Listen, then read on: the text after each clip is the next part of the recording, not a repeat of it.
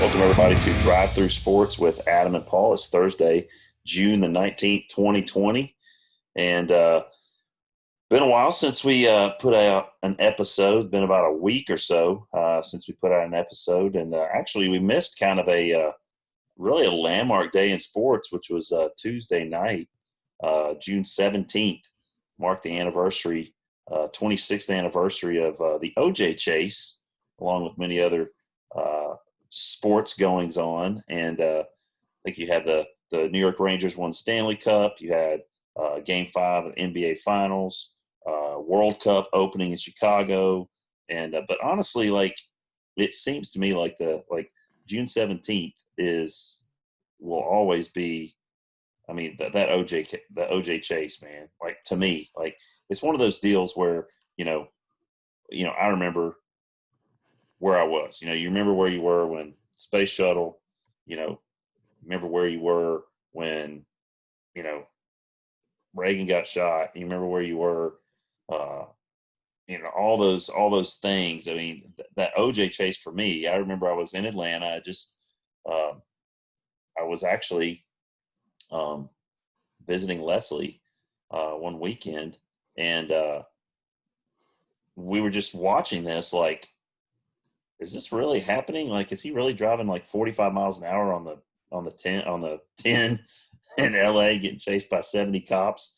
And it was just this kind of surreal thing. And, people with banners over overpasses, and it was just crazy. And of course, the whole thing, ended up playing out with him finally ending up at his mansion, and finally surrendering to police. But just the whole, I don't know if you call it a chase or not, because it really wasn't a chase. It was more of a follow than anything else at that speed. But yeah, I remember kind of where you were on that day, 26 years ago.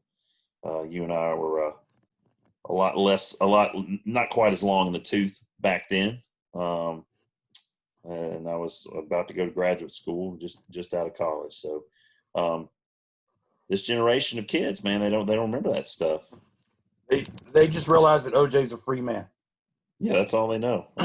He's out playing golf. They know that they know that he's a golfer recreationally. But yeah, the sort of lack of things going on here, it's kind of interesting. What has come the last couple of days with NBA. You've got some folks talking about, how their setup is going to be, like, in 6 different phases. They're going to start going back. I think they're starting going back to their host cities in a couple weeks, and then they're going to report to training camp. It's supposed to start games July 30th. But you mentioned the other day how they're not going to have family members till like August 30th at the complex. And I was talking with my buddy Terry about this today, as we were playing golf again. But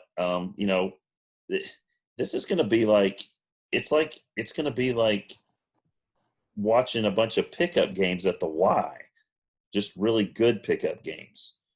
I mean, if it was you, like, how would you, having used to playing, before 15, 20,000 fans, and all of a sudden you're playing in basically an empty gym. I mean, how would you feel about that? I mean, I know you'd be getting paid just like normal, but it takes a little some of the edge off of it. Yeah. So much for home court advantage, right?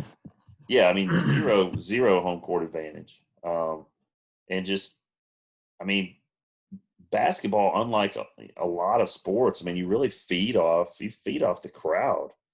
I mean, somebody goes in, gets an alley-oop dunk, who's cheering? Well, the 75 people, the 37 on one team and 37 on another, so you got maybe 40 people cheering for you, when it happens. It's going to be really interesting. There's instances, they've already started back with some soccer leagues. I know, like, Bundesliga is back. And they've actually been, televising that, and the way that they're using the the sounds, the crowd sounds with the broadcast, to be quite honest, I don't notice a difference except just seeing the empty seats. The broadcast of the game itself seems to be pretty much the same. I mean, do you think that's going to be like an NBA game with no fans? I mean, what's that going to be like? Yeah, I mean, to me, it's it doesn't give anybody an advantage, and I think teams that are 7, 8 seed. I mean, I mean those people like LeBron and stuff. AD, they feed off the crowd, and so even like Harden and stuff. But who knows? Who knows? We'll have Yeah, I an mean, asterisk next to this thing anyway. So yeah, you could have I mean, you might have a team that, like you said, that's a 6, 7, or 8 seed that makes a run. Because maybe the level of play is not, what we're accustomed to. They're not giving it 100% because they're not inspired by the fans. They don't feel that extra juice, that extra adrenaline rush. But I gotta reach out to our listeners right here, just to let you guys know, kind of, Brees is a little under the weather tonight. One of the reasons why we haven't had a show is Brees been a little under the weather, last night especially, and do I look terrible? you look like you hadn't slept and hadn't eaten in about 48 hours. Pretty close. So, Pretty close. and honestly, we've talked about our previous struggles. Now I don't know if it's just like a stomach virus or what it is you got. You said a couple other people in your house have it. We talked about when I got food poisoning, how I was down for the count for like 3 days, really 4, until I actually felt alive again. So, the fact that 24 hours after you're Taking one for the team. Taking one for the team, doing tonight's show. We appreciate that tremendously, and hopefully our listeners will appreciate it as well. Just a couple observations that I had today on the golf course. What is it about, like, the approach? Like, I got there, we had tee time 11:50. I got there about 11 o'clock. Played at a country club, so I got free range balls. So I took advantage of that. So I go out and I'm hitting range balls, and I'm stinging like my 7-iron. I mean, I'm killing it. My four hybrid, I'm killing it. What is it about, like, killing it on the range, and then you get out there and it's just like you're a totally different person on the course? That's the way it was for me today. I couldn't hit. Yeah, I don't. Obviously, you gotta show out for your boys a little bit and see, especially if you go like last on the first tee box, and your boys are just striping it down the middle. Oh. And then you're just like, oh my gosh, what am I gonna do? Yeah, it's like every time I turned around, I was up against a 580-yard par 5 with a little bit of water in front and some grass and some tall grass that just eats your ball. And, so to be honest with you, I got this golf trip coming up Monday. I don't know what I'm going to do when I got to play 4 rounds in 3 days with these guys. I mean, we got the captains, we got the teams set up, 2 teams of 6, and you could probably help me out with this because I'm still a little unsure about the whole scoring, how we're doing this scoring. So apparently, they divided up the teams. Dave Brock, who's our head basketball coach, he organized the whole trip, and so he's got everybody in. So we've got a couple guys that are really good. We're talking like 2-3 handicap guys. They're the team captains, and so I'm on there with one of our golf coaches, David, and Terry Kemp, who's my buddy, and 2 other guys who I haven't met yet. But apparently they're pretty good. And I'm probably the worst golfer I'm maybe 10 out of 12. So if I could break into the top 10, that will be lucky. But here's how it's set up. So we're playing the first round. We're playing at Moccasin Bend in Chattanooga. I don't know if you've ever played that course. It's out on the peninsula there. It's off Highway 27, right next to the Moccasin Bend Mental Health Facility, which you can see from I-24 as you go around the Tennessee River. There's that facility. It's kind of back behind that. So I hope nobody has to make a visit there after their round. But we're playing that on Monday, and that would be round one. So the first, how we're doing that is called two-man select shot. Now, do you understand that terminology? Who's your partner that day? I don't know yet. I won't know. So would I be playing if he's my partner? Am I playing against him, or are we both hitting and then we select which one we play? Yeah. Okay. Yeah. Okay. So it's basically a two-man best ball. Correct. Okay, two-man best ball. Okay. All right. All right. So then the second round, which will be at Lake Tansey Resort, is a two-man low ball, which I don't know what that means either.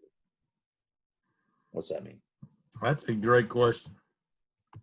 I don't know. And then round three, which will be later that afternoon, that'll be the real test because stamina will definitely come into play, is two-man alternate shot. So that makes sense. Yeah. So your partner tees off, you hit the second shot, then he hits the approach shot or whatever, putts, whatever. And then round four is just straight up singles. You're playing straight up, and I guess total shots for your team versus total shots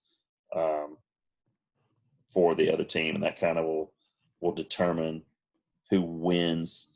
And he's basically he's titled it Ryder Cup. Our text message is Ryder Cup. That's our group text, Ryder Cup. So I don't know if that's how they score it. If that's how they do it. I have no idea. I've actually never watched the Ryder Cup from start to finish at all.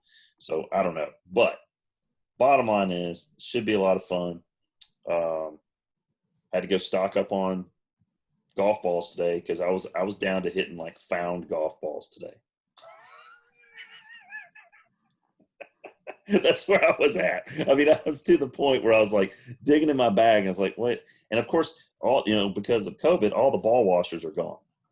So you got no ball. I'm pulling out balls with mud on them, and I'm having to wipe them as best I can with my towel, and then put them on a tee, and I'm hitting them. So, so I had to make the trip to Walmart, which I thought about you at Walmart today because I know you're always concerned about the mask percentage. Yeah. Okay, mask percentage. I don't know what's going on in Tennessee. I was talking to my sister about this today, and mask percentage at Walmart seemed to be higher than almost everywhere else I've been in the last week. And again, I don't go a whole lot of places. I go to the grocery store, gas station, Walmart, something like that. Golf and play golf.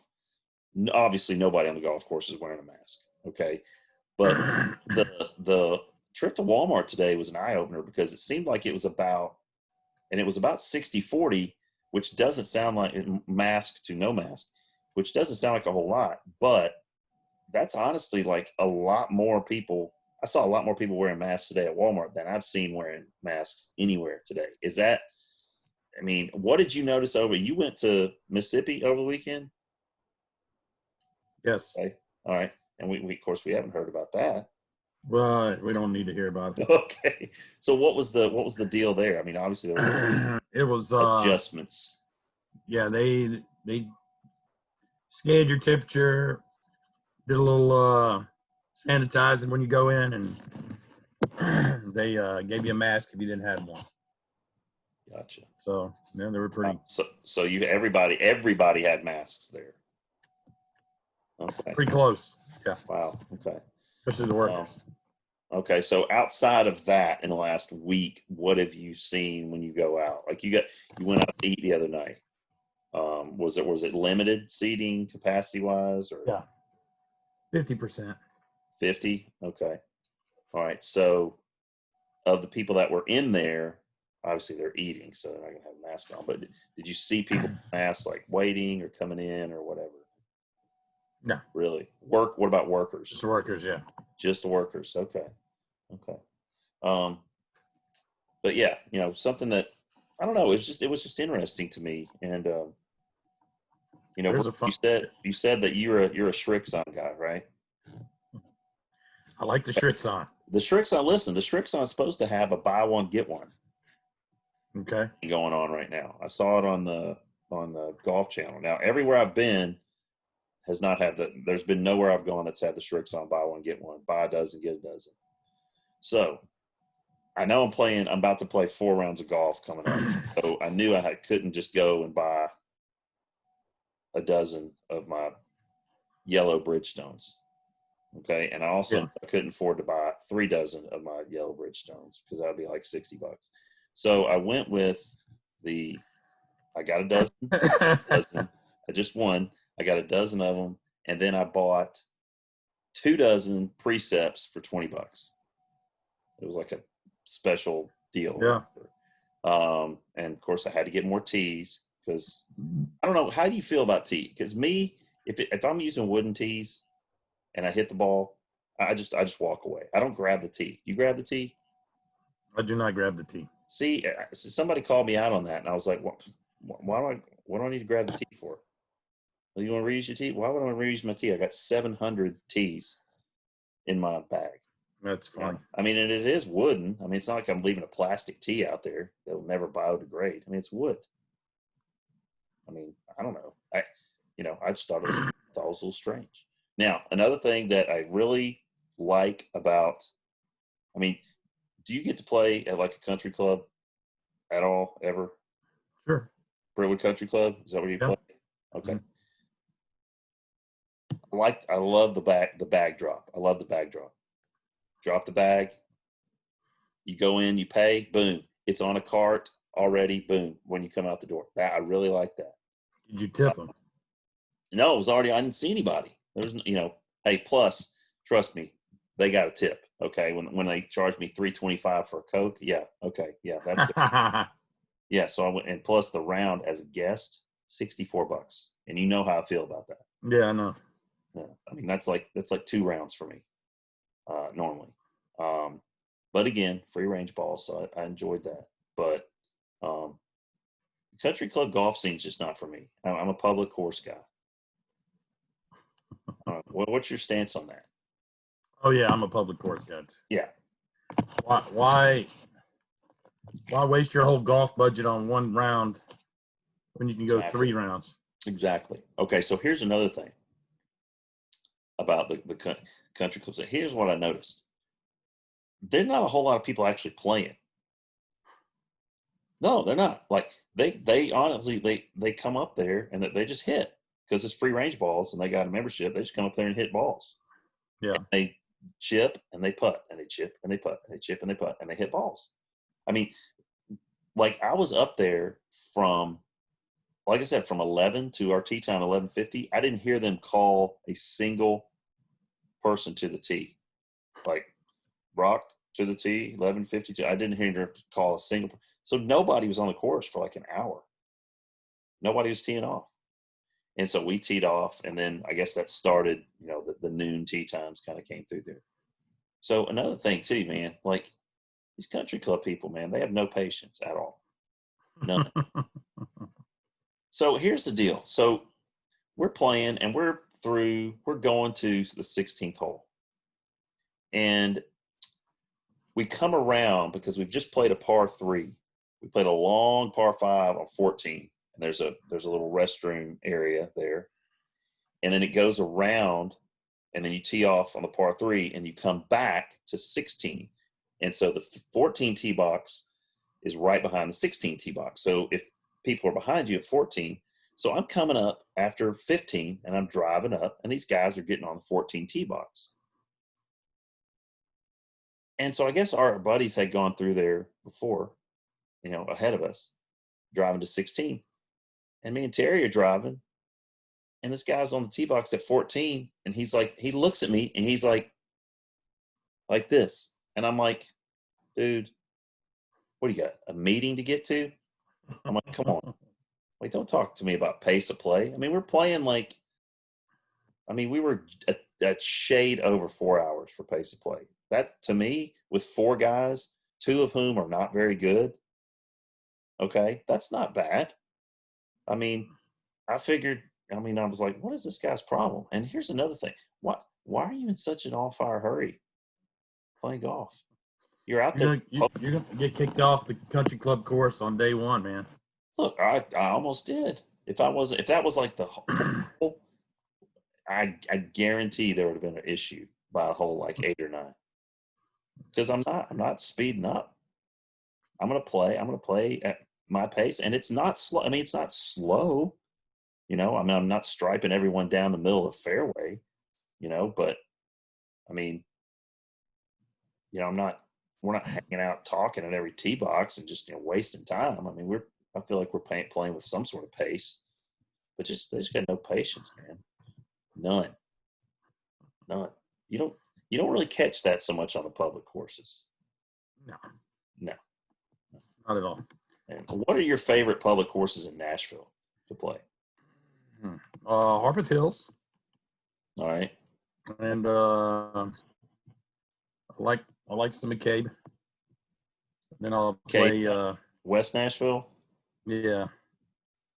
Then I'll go over to Two Rivers when I want to. I would call that the country club version of the Metro courses. Two Rivers. Okay. Now, what's the one? Forest Crossing. That's the one in Franklin. Yeah.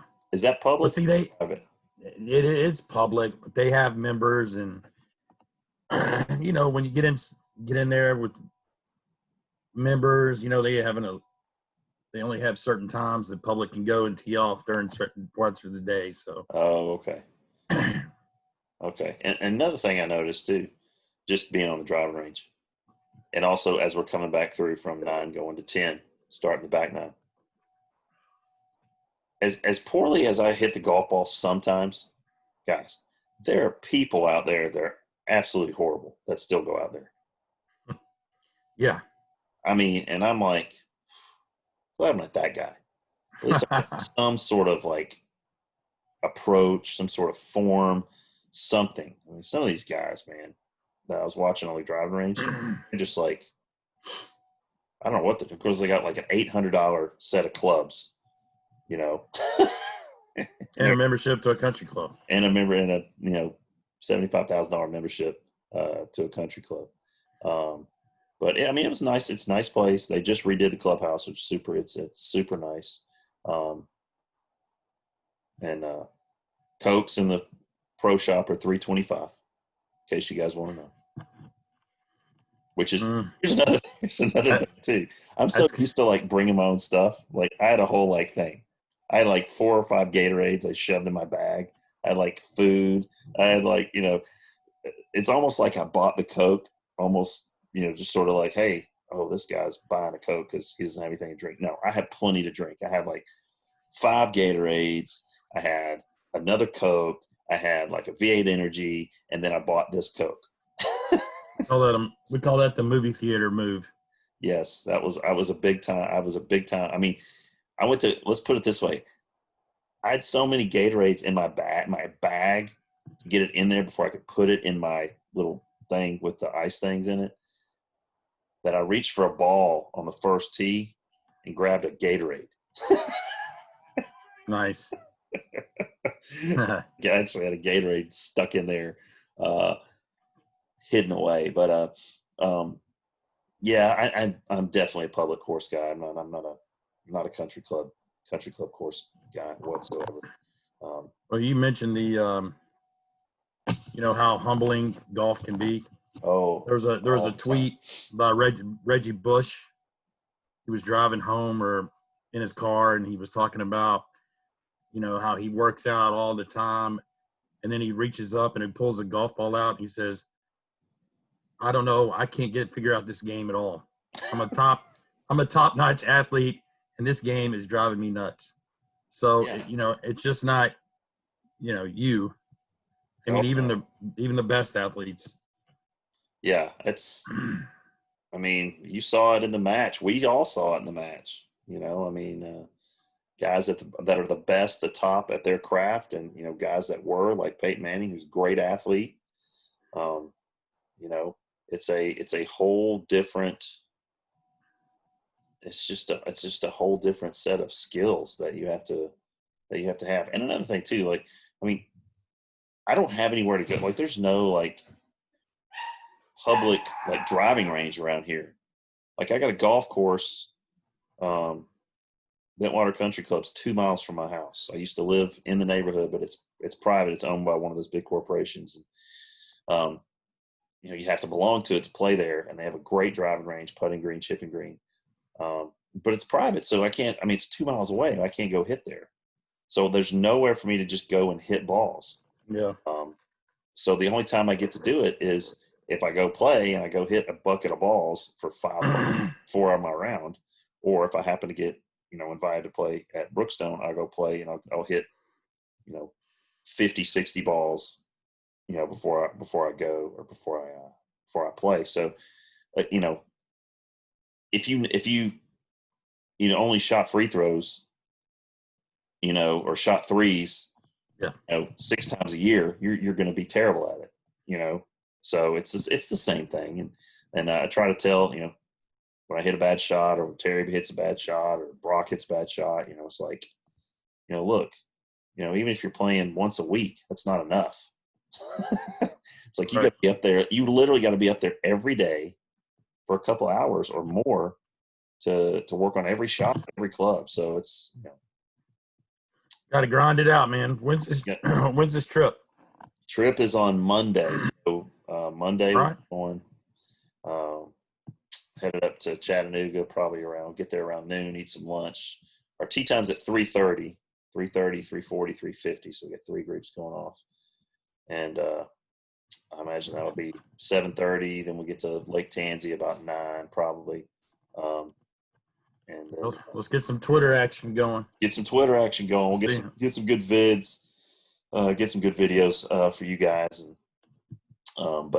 And then Tuesday will be the real day. Tuesday will be the test. It's 36 holes. I've never done that before. You ever play 36 holes in a day? Yes. How old were you? It's not fun. How old were you? 35. Oh, geez. Okay. And it was no fun. Now, where were you when you did it? You felt it in the morning. We were in Crossville. Dude, are you playing Lake Tansy? No, it was Fairfield Glade. Glade, okay. I remember, you used to go there a lot. Yeah. Yeah. But this place is pretty open, wide open. So not like the course I played today. Oh. A little tight. Lots of very tight fairways, bunkers everywhere, mounds everywhere, greens like glass. Just, it was very, very troubling and taxing and trying. So hopefully I can shoot in the double digits. That's my goal. Maybe if I can get 4 rounds in double digits, and maybe I won't embarrass myself too bad. If I can shoot 95 consistently, I think I'd be all right. But we'll have to see. I think Moccasin Bend may be my best shot to shoot 95 or better. We'll just have to see. But bad news. Getting a little bit of a blister on my right thumb. Yeah, so I basically told Leslie, I said, I can't do anything this weekend. No yard work. I was going to cut the shrubs, not doing it. Can't risk it. I can't risk it at this point. I paid my money. It's too late. I'm committed. I can't do it. So, well, I think that rounds it out. We want to let you guys know we will be doing a Facebook Live tomorrow night at 9:00. Brees, I need you to hydrate. I need you to get some electrolytes in you. I need you to go and Walmart's got these great little things, little box things you put with your water. Okay, these little crystals, electrolyte things. You put them in there. They're all kinds of flavors. Get you some kiwi, strawberry, watermelon, whatever you need to get. Start pounding those things as soon as you wake up tomorrow. Get some food in you. Our fans need some energy from you tomorrow. I got you. All right, man. And so we're going to be doing that Facebook Live tomorrow night, 9 p.m. We'd love for you guys to join us. And a lot of you guys have in the past, and I think you've enjoyed it. And make sure that you have participate and chat and let us know that you're listening and watching. And So for my recovering friend Paul Brees in Brentwood, Tennessee, who wishes he was at the beach, Correct. Adam Freeman coming to you from Atlanta. We appreciate you guys listening tonight. You've been listening to Drive Through Sports with Adam and Paul.